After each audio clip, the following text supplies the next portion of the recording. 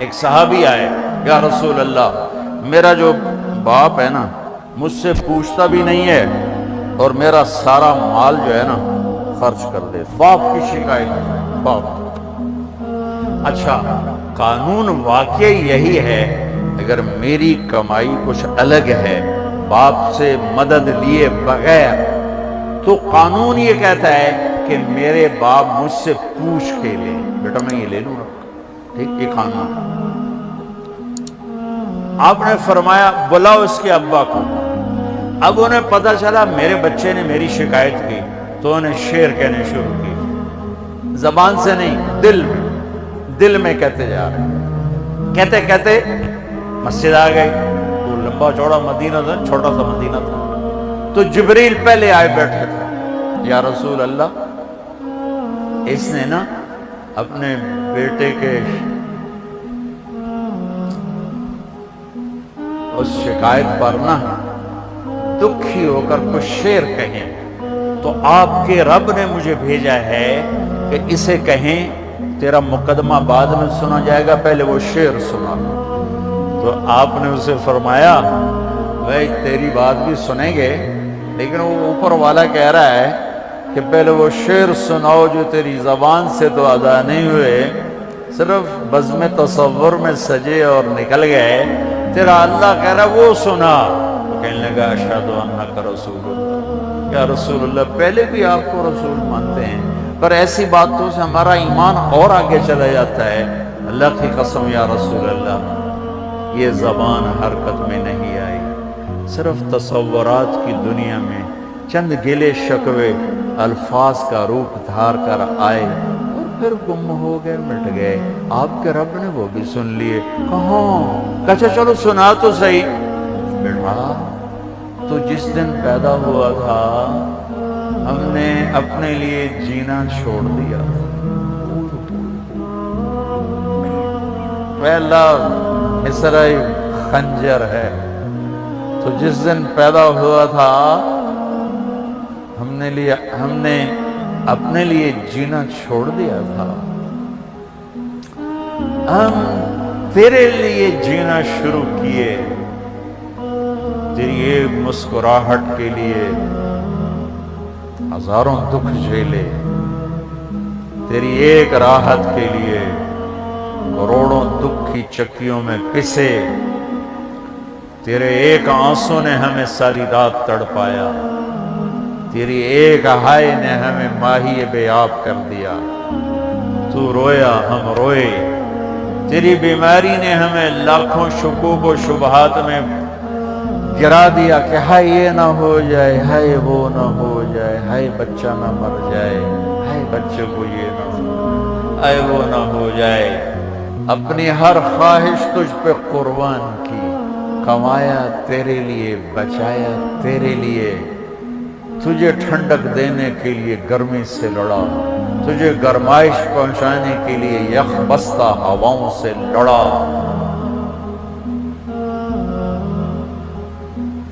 وقت کے پہیے نے، گردش ایام نے میری ہڈیوں سے رس نکالا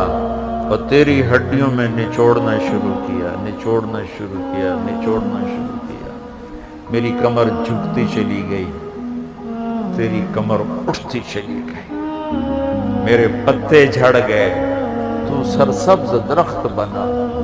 میں سوکھ کے لکڑی بن گیا، تو ہرا ہو کے پھلدار درخت بن گیا،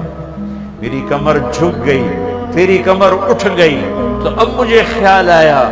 جب یہ جھکی کمر والا تھا، جب یہ میری گود میں تھا اور میں اسے گود اٹھاتا تھا، اسے کندھے اٹھاتا تھا، اسے انگلی پکڑ کے چلتا تھا، اس کی ایک ایک خواہش کے لیے کیا کیا جتن نہ کیے، کیا کیا پاپڑ نہ بیلے، کیا کیا نوکریاں نہ کی، کیا کیا ملکوں کی خاک نہ چھانی، دھکے نہ کھائے، اب یہ بڑا ہو گیا ہے، تب میں یوں ہوں یہ یوں ہے، اب یہ میرا ہاتھ پکڑ کے چلے گا، اب یہ میرا سہارا بنے گا۔ ایک دم میں نے کیا دیکھا، جس دن کی میں امید رکھتا تھا کہ جب میرا بڑھاپا آئے گا تو یہ میری لاٹھی بنے گا، جب میری ہڈیوں سے پانی نکل جائے گا تو یہ میرا پانی بنے گا، جب میرے پھول پتے جھڑ جائیں گے تو یہ میرے لیے چھاؤں بنے گا۔ ایک دم تیری آنکھیں چڑھ کے ماتھے پہ چلی گئیں اور تو نے مجھے یوں دیکھا جیسے میں اجنبی ہوں، تیرا کچھ نہیں۔ تیری آنکھیں اوپر چڑھ گئیں، تو نے یوں دیکھا، مجھے لگا میں تیرا نوکر ہوں، تیرا ابا نہیں ہوں۔ میں نے 30 سال خواب دیکھا تھا، خواب۔ اب میری آنکھ کھلی ہے، میری آنکھ کھل گئی ہے، وہ خواب تھا، میں تو نوکر تھا، باپ نہیں۔ اچھا چلو، نوکر سے بھی تو مالک پوچھ ہی لیتا ہے نا کیا حال ہے، اتنا ہی کر لے، مجھے نوکر سمجھ کے پوچھ لے بابا جی کیا حال ہے، کچھ چیزیں چاہیے تو نہیں۔ اچھا چلو مجھے پڑوسی سمجھ لے، مجھے پڑوسی سمجھ لے، میں تیرا پڑوسی ہوں تو پڑوسی کے حق بتائے ہیں اللہ کے نبی نے، مجھے پڑوسی سمجھ لے۔ ایسا تو نہ کر کہ جیسے تو نے مجھے دیکھا ہی نہ ہو، میری گود میں تو سویا ہی نہ ہو، میرے کندھوں پہ تو چڑھا ہی نہ ہو، میری انگلی پکڑ کے تو چلا نہ ہو، میری کمائی کو تو نے کھایا نہ ہو۔ میرے نبی کی ہچکیاں لگ گئیں، ہچکیاں، صرف آنسو نہیں، ہچکیاں لگ گئی۔ پھر آپ نے اس بچے کو گریبان سے پکڑا، یوں دھکا دیا، اٹھ جا، دور ہو جا، انت ومالک لابیک، تو تیرا سب کچھ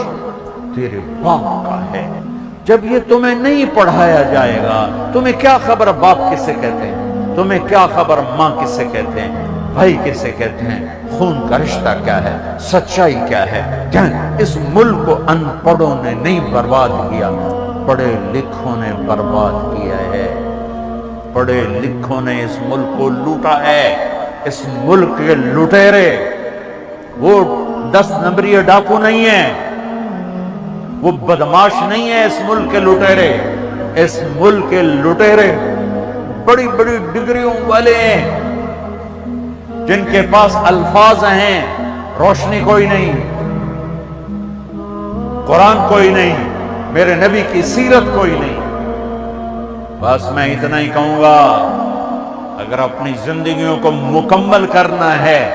تو اپنی زندگی میں اللہ کو داخل کرو، اللہ کے حبیب کو داخل کرو، اپنی زندگی میں قرآن کو لاؤ، اپنی زندگی میں محمد مصطفیٰ صلی اللہ تعالی علیہ وسلم کی پاکیزہ پیاری سیرت صورت زندگی کو لاؤ، تو یہ جہان بھی آپ کا اور وہ جہان بھی آپ کا۔ اس زندگی کو امانت سمجھو، امانت سمجھو۔